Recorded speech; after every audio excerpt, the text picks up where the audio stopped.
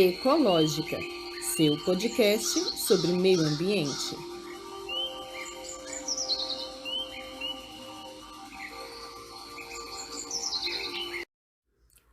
Olá, sou Tatiane Costa e este podcast irá explicar, conversar, debater e te atualizar sobre todas as questões acerca do meio ambiente. Sejam todos bem-vindos e bem-vindas. Olá, ouvintes! Hoje é quarta-feira, 23 de fevereiro de 2022. Mas antes de começar, eu gostaria de esclarecer que na semana passada, dia 16 de fevereiro, também quarta-feira, era para ter saído esse episódio, o quinto dessa temporada. No entanto, devido a questões de saúde, uma crise de rinite que me abateu, eu não pude gravar o episódio na quarta, que é o dia que eu tenho disponibilidade para gravar, pois era um espirro a cada minuto praticamente, além da voz que não estava muito boa para gravar.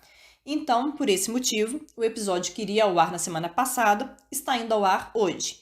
Sendo assim, ouvintes, sem mais delongas, hoje é quarta-feira, 23 de fevereiro de 2022 e está começando agora mais um episódio do podcast Ecológica. E hoje, no quadro Enciclopédia Ambiental, eu falo sobre as estruturas que ajudam na prevenção de tragédias em decorrência das chuvas.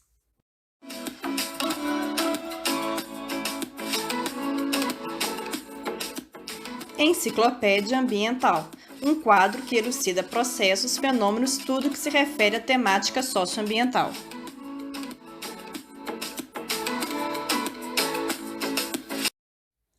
No episódio 3 dessa temporada, eu cito algumas estruturas que ajudam na prevenção das tragédias em decorrência das chuvas e que podem ser adotadas pelas prefeituras. E hoje eu irei explicar melhor sobre essas estruturas.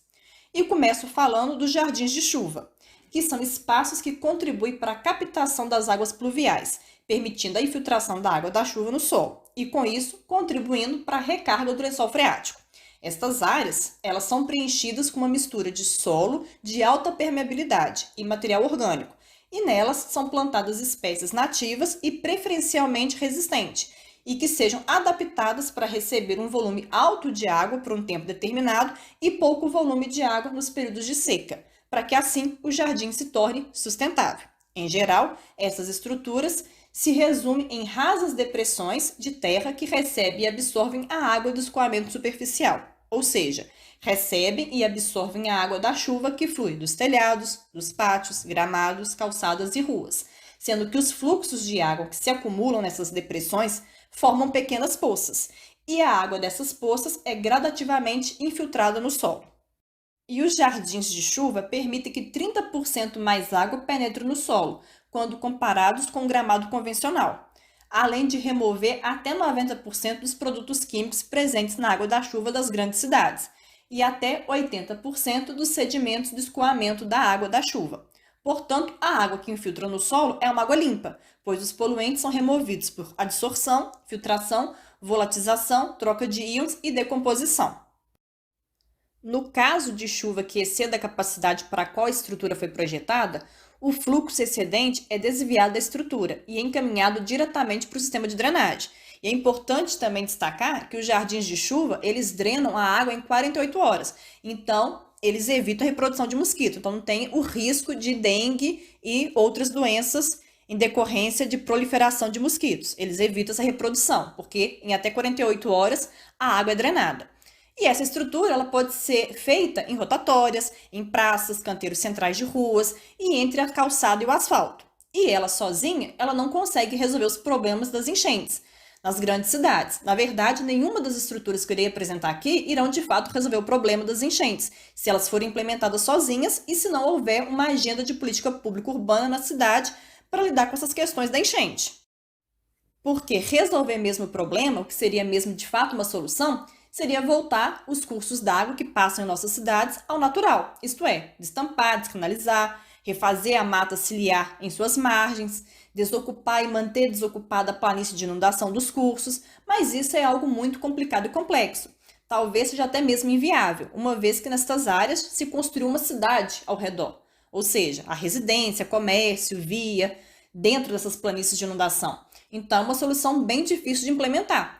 Pois para onde iriam essas pessoas? É uma discussão e tanto essa, porque além da questão das questões que eu expus no episódio 2 dessa temporada, tem mais essa questão, a do espaço. Onde realocar essas pessoas? Porque se a prefeitura vai então implementar essa solução, irá remover essas famílias, esses comércios dessas áreas como uma solução para o problema das enchentes, então a prefeitura não pode realocar essas pessoas em qualquer lugar, em qualquer área. Ou seja, não pode realocar essas pessoas em uma área que também está sujeita a alagamentos. Ela tem que realocar em áreas seguras, que não é sujeita a alagamento nem a deslizamento. Não é mesmo? Estamos aqui querendo implementar medidas de segurança. Então, por isso que a população tem que ir para uma área segura, né? Enfim, é uma discussão e tanta, bem complicada e talvez até inviável de se fazer perante essas complexidades todas. Mas enfim, voltando às estruturas que irão resolver tais problemas, desde que implementados em conjunto, dentro da possibilidade, né, de serem implementadas conjuntamente, e desde que haja uma agenda de política pública urbana para essa questão das enchentes e desde que esta agenda também considere o contexto de mudanças climáticas na hora de realizar seus estudos, seus projetos e de executá-los, vou agora falar dos telhados verdes. Os telhados verdes são áreas de vegetação instalada nos topos dos edifícios como um revestimento final, sendo que essa cobertura vegetal deve possuir um crescimento médio e deve ser plantada sobre uma base impermeável. Basicamente, a estruturação do telhado verde deve ser a seguinte: temos o telhado, que precisa ter uma estrutura que suporte toda a carga que irá receber acima, porque serão colocadas várias camadas sobre esse telhado. E a primeira camada a ser instalada sobre ele é uma membrana impermeável, né? Ou seja, a prova d'água, para evitar o contato da água com a estrutura do telhado e assim provocar abalos nessa estrutura do edifício. Depois, reveste com uma camada protetora, que irá fornecer uma proteção física a essa membrana de impermeabilização, que vai reter umidade e nutrientes e atuando também como uma barreira contra as raízes. Por cima dessa camada, virá uma camada de drenagem, que irá evitar o alagamento indesejável da área, além de reter parte da água pluvial necessária para a vegetação em período de estiagem. Depois, por cima dessa camada de drenagem, é adicionado o geotêxtil, que é uma camada filtrante, responsável por evitar a passagem de partículas do substrato para as camadas abaixo do sistema. Sobre essa camada de geotêxtil, vem o substrato, é adicionado o substrato, que dará suporte e sustentação à cobertura vegetal, que irá na próxima camada, né, que virá na camada seguinte. O substrato ele irá fornecer água e nutrientes para a cobertura, além de armazenar temporariamente a água durante o período de chuva. E por último, teremos a camada com a cobertura vegetal, que será responsável pela intercepção da água pluvial, evitando que parte desta chegue ao solo. Através da evapotranspiração, a água é transferida para a atmosfera e, consequentemente, há maior potencial de retenção pelo substrato. Além disso, ao atingir a saturação do solo, a vegetação também contribui para o retardo do escoamento superficial. Os telhados verdes, eles reduzem o escoamento superficial que daria origem às enxurradas. Eles amenizam o calor nas edificações e trazem benefícios à fauna. Eles podem ser feitos de dois tipos: o sistema alveolar, que retém mais água e permite o plantio de maior diversidade de espécies nativas e também grama, e o sistema laminar, que é mais limitado quanto à adaptabilidade da vegetação, mas possui os mesmos benefícios da retenção da água pluvial. Outra estrutura por mim citada no episódio 3 é a pavimentação porosa e permeável, que é um piso que permite a infiltração da água pluvial, e com isso também contribui para a recarga do lençol freático. Essa estrutura, ela também conta com a possibilidade de remoção dos poluentes através das camadas constituintes do pavimento, realizando tratamento do efluente em consequência dos processos de infiltração, adsorção, biodegradação e sedimentação, o que significa que a água que irá infiltrar para o lençol freático será uma água limpa. Outros benefícios da pavimentação porosa e permeável é a redução das ilhas de calor, nos grandes centros, a redução dos ruídos e a menor formação de aquaplanagem. Já os poços de infiltração são estruturas verticais e pontuais que possibilitam a infiltração radial da água pluvial. Eles consistem em um poço escavado no solo, revestido por tubos de concreto perfurados ou por tijolos assentados em crivo, envoltos por uma manta geotêxtil, fazendo a interface solo-tubo. E o fundo é revestido por uma camada de agregados graúdos, também envolta por uma camada de geotexto, né, uma manta de geotexto, de forma a permitir a infiltração para o solo do volume da água pluvial escoado para o seu interior. Essa estrutura ela também auxilia para a recarga do lençol freático e possui um baixo custo de implantação, além de fácil execução, e ocupa pouco espaço, podendo se associar a outras estruturas como a pavimentação porosa e permeável, a trincheiras e valas. Apesar de não ter citado as trincheiras no episódio 3, eu vou fazer uma explicação breve aqui do que são elas, né? O que consiste essa estrutura.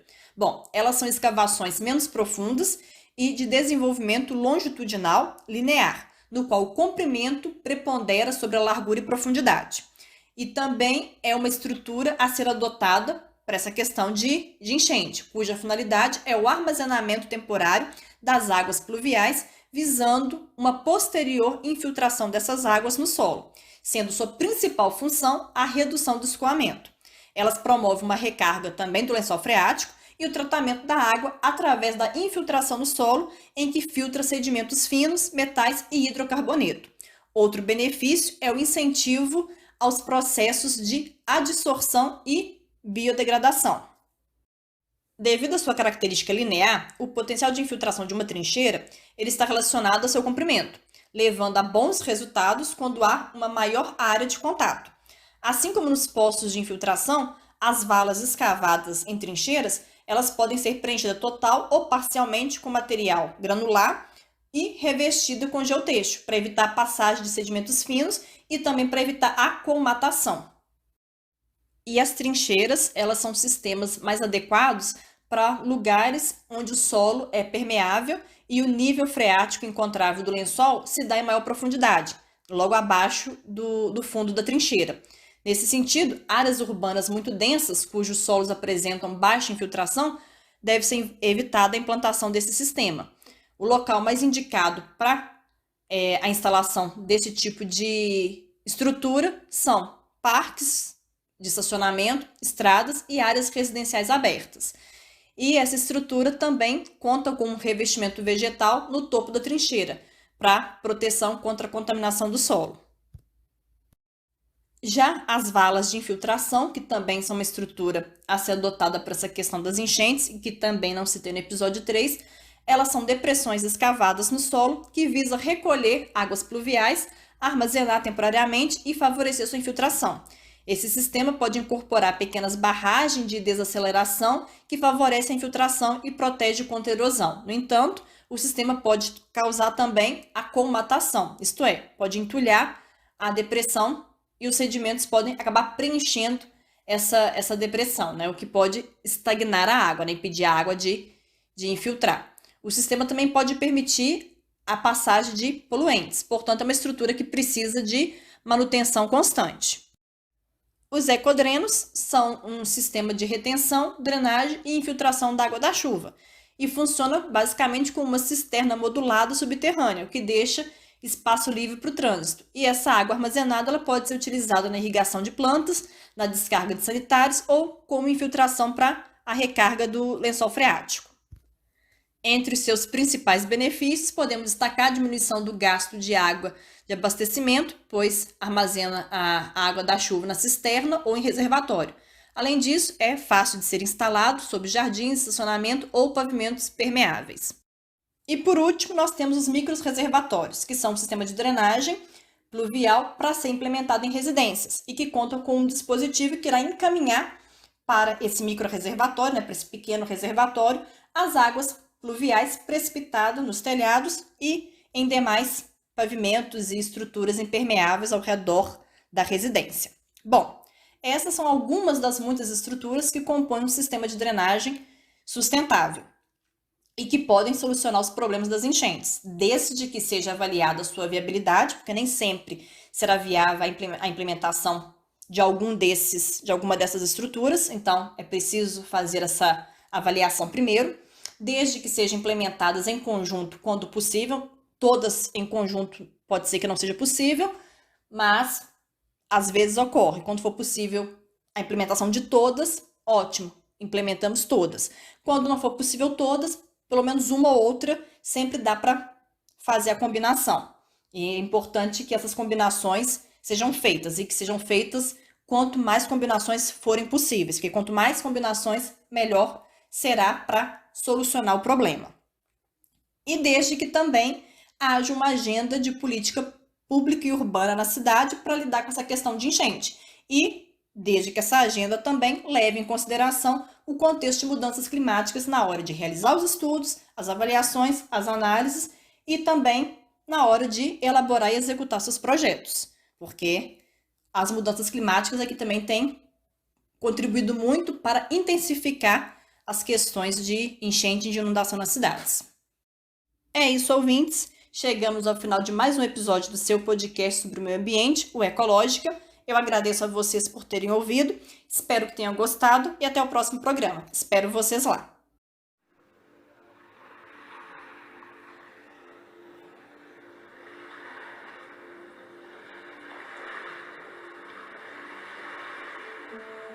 Ecológica, seu podcast sobre meio ambiente.